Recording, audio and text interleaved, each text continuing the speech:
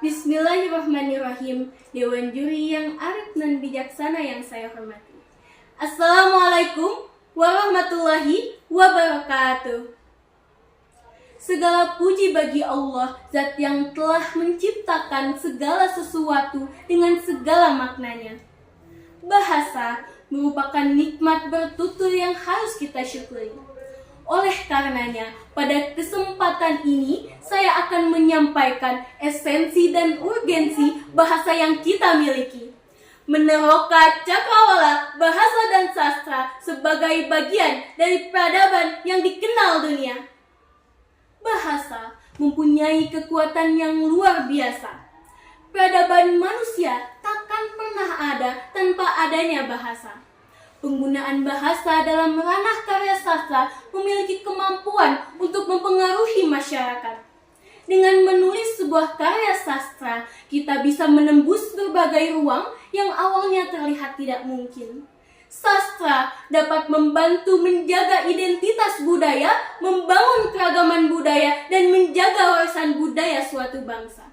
Sastra lisan juga dapat memantulkan pancaran peradaban yang mencerahkan hidup. Tiada keraguan bahwa bahasa merupakan unsur pokok dan prasyarat utama perkembangan manusia. Bahasa bagian dari budaya yang berfungsi sebagai sarana komunikasi dan pengembangan budaya. Bahasa juga lambang kebanggaan nasional yang merefleksikan nilai-nilai sosial budaya luhur bangsa. Bahasa Indonesia adalah identitas nasional yang dimiliki bangsa Indonesia. Bayangkan saja, dari banyaknya bahasa daerah di Indonesia, bahasa Indonesialah yang disetujui sebagai bahasa persatuan.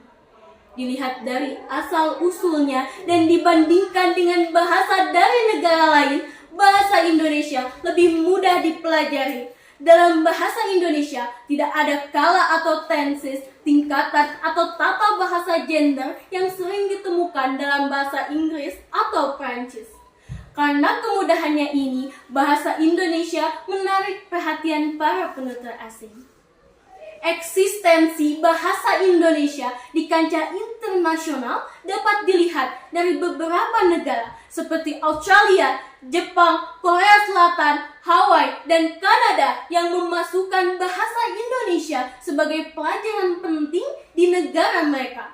Bahkan pada tahun 2007, bahasa Indonesia menjadi bahasa kedua di kota Ho Chi Minh, Vietnam.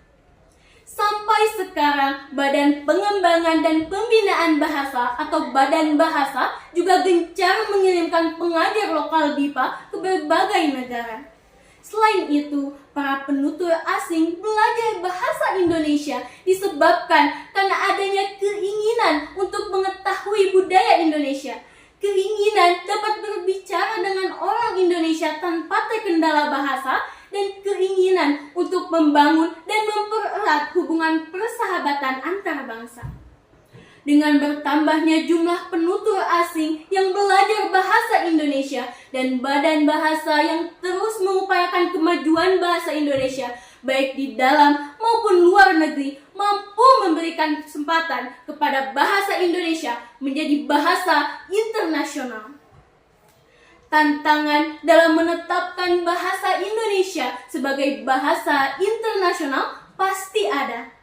Dilihat dari kehidupan para penutur asli, yakni masyarakat Indonesia yang sudah mengikuti arus modern, mengakibatkan mereka lebih memilih belajar bahasa asing yang dianggap lebih tren.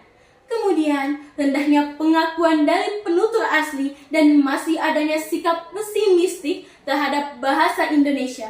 Selain itu, kurangnya mengindahkan kaidah bahasa pun menjadi hambatan internal dalam menjadikan bahasa Indonesia sebagai salah satu bahasa internasional. Intinya, jika hal tersebut dibiarkan terus-menerus, bahasa Indonesia bisa kehilangan penutur aslinya dan mimpi untuk menjadikan bahasa Indonesia menjadi bahasa internasional tidak akan pernah terrealisasi. Untuk mengatasi tantangan tersebut diperlukan kesadaran penuh dan kerja keras antara pemerintah, badan bahasa, dan seluruh masyarakat untuk menyuarakan menyatakan dengan lantang perihal pentingnya bahasa Indonesia untuk kemajuan hidup bangsa. Semua bisa dimulai dengan kembali mengutamakan penggunaan bahasa Indonesia dalam kehidupan sehari-hari dan dalam segala bidang.